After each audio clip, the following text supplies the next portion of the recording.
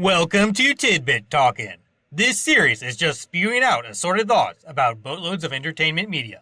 Some ideas are serious, others not so much. There will be spoilers for the series currently featured, but generally only vague references to any other connected ones in a shared universe. Now, with all that out of the way, here we go.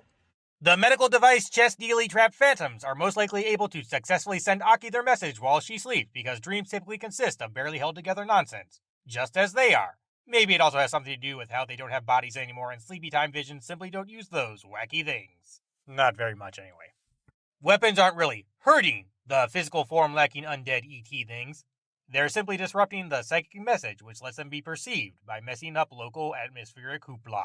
Also, nobody believes in ghosts despite constantly seeing incorporeal beings out and about everywhere all the time because their barrier technology junk messes with their perception of such whatever. Basically, considering all life forms are said to have some sort of energy contained within them here, most people merely think these invaders have bodies made from pure organic force field. Something scanning stuff picks up similar readings between them and humans. Anyway, the pathogens, which apparently are deposited parasite babies, could very well just be human spirit pieces copying those things that touch them without permission, out of confusion, because they don't have any physiological processes for such a scenario. The newly formed phantoms that edge ever closer to Earth's soul core deal are just reforming at their own Ghost Guy's location because double dying doesn't leave one with much coherent action options. It's kind of like they are loading a save file, and them usually being invisible is akin to random encounters. This movie is supposed to be based on a video game series, you see. The opposite wavelength forming spiritual energy fragments all seem to come from creatures who are accepting of life's limited length. Non-human animals don't really dabble in philosophy, so for them there's not much going on with adding existence meaning beyond built-in instincts like eat, sleep, breathe stuff.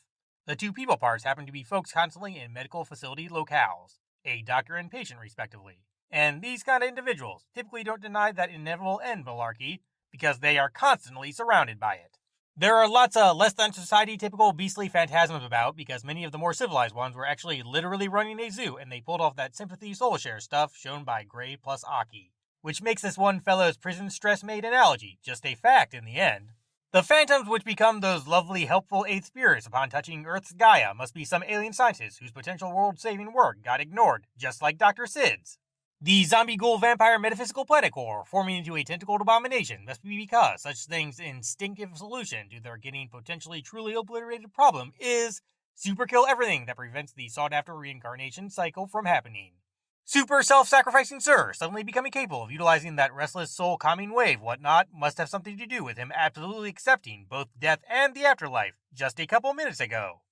Life returns basically immediately after that confused planet essence battle gets resolved because such craziness is truly the only thing capable of stopping this sorta highly magical process.